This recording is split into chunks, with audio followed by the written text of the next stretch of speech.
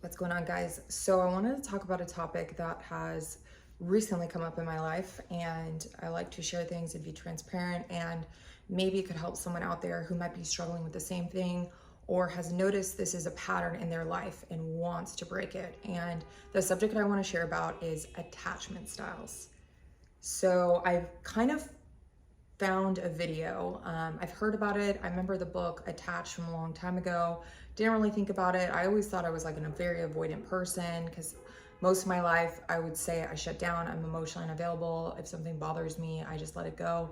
But newly surfaced stuff that has come up in my life is just realizing that because of the way that we are all raised, our style of how we deal in relationships corresponds with that. So for me, there are 4 attachment styles. I actually only know 3 of them. Number 1 is the secure.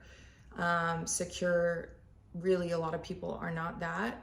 They think they are, but most of us, if we were raised in sort of a chaotic household, or if we were left, in daycare, or if our needs weren't met, most of us fall along the lines of having a different attachment style, which one of them is a dismissive avoidant.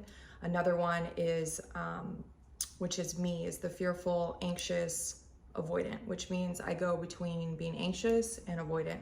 And so recently this has come up for me, and I think this could be super helpful in relationships with people. If you grew up in a place where, you kind of had to fend for yourself, your parents didn't validate you, you didn't feel safe, you didn't know if you're going to get the love that you needed as a child, you will have an insecure attachment style. And the good news is you can actually work through this. And a lot of the times, whatever your core wound is, so my core wound has always been fear of abandonment, because when I was a child, I was abandoned. A lot of things happen. So in relationships, I noticed that I abandon myself. I do more for the other person, or I make my life more centered around them instead of myself.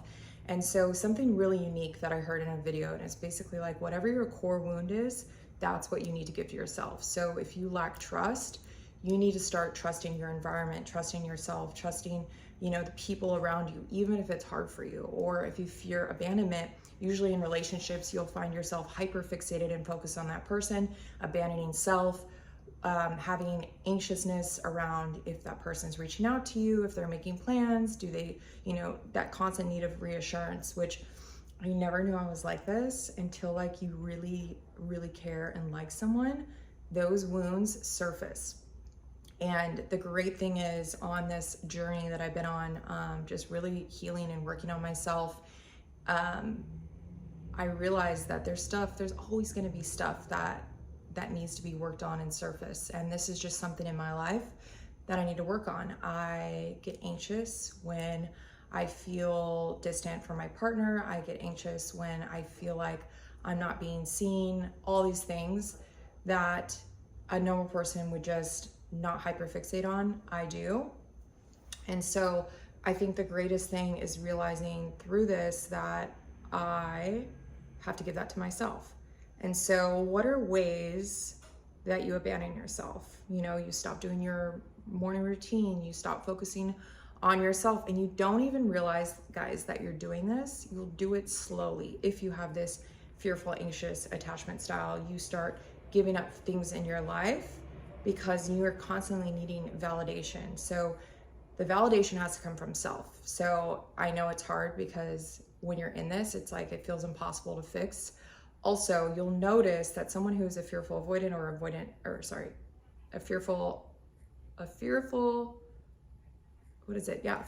avoidant or fearful anxious attachment style, you'll notice they attach to an avoidant or whatever their opposite spectrum is. And so that will enhance those feelings of inadequacy. So I just want to share that you can fix this. And it's very interesting to me. I kind of went down the rabbit hole studying, and I'm like, oh my gosh, that is me. I do this, I do that. Wow. And so the goal, guys, is how do you operate from your life and have yourself at hand and loving self, and whatever someone else is doing around you, you let them. And that's another thing that I think is amazing. Whatever someone is doing to you and you want to react on, let them. every moment, whether it's friendships, relationships, people in your life, you let them show their cards, you don't react, and it's just information. It's neutral. They are doing what they know how to do in this situation. And if it makes you unhappy, instead of complaining about it, either say something to change it or move on. So guys, this was like a big deal for me because I had been feeling a lot of anxiousness, a lot of hyperfixation, because of things being imbalanced in my life. And I realized, oh my gosh, I'm doing this again. I've done this in so many relationships where I don't feel like good enough, or I'm not giving myself the love I need. So I will either sabotage or I'll find reasons why this person shouldn't be with me. So guys, I think it's really important, if any of you guys struggle with having like balance in a relationship, or just feeling like that anxiety or that like needing to check your phone. And it's so weird too, because I'm someone who's really busy, and I'm not like someone who actually even likes texting. I'm like a phone call person. Like, let's just get down to business. I don't like going back and forth. But when I'm triggered in that sense, I notice that I'm like, oh my gosh, why is this person not texting me? Oh my gosh, why is this or that? And it's a really actually unhealthy way to be. So anyways, this is just information. If it can help any of you guys work on becoming more secure, and the answer is figure out what your core wound is, what you struggle and fear the most in a relationships, with friendships, whether it's, romantic or just relationships, and then just give that to yourself. I hope this was helpful. Definitely helpful for me to just find ways to really bring back the energy to self. And I know it's easier said than done, especially if you're going through it, but it will single-handedly change the way that you show up in relationships, the way you feel about yourself, and whatever love you're searching for from another person, go get it for yourself. Go do the things that make you so damn happy, because that's really what you need. If you're expecting another person to make you feel a certain way, you have every chance to go make yourself feel that way. So I hope this video helped you guys. Leave me a comment which one is your attachment style. Sorry I didn't say them all, but definitely look into it. It's amazing information.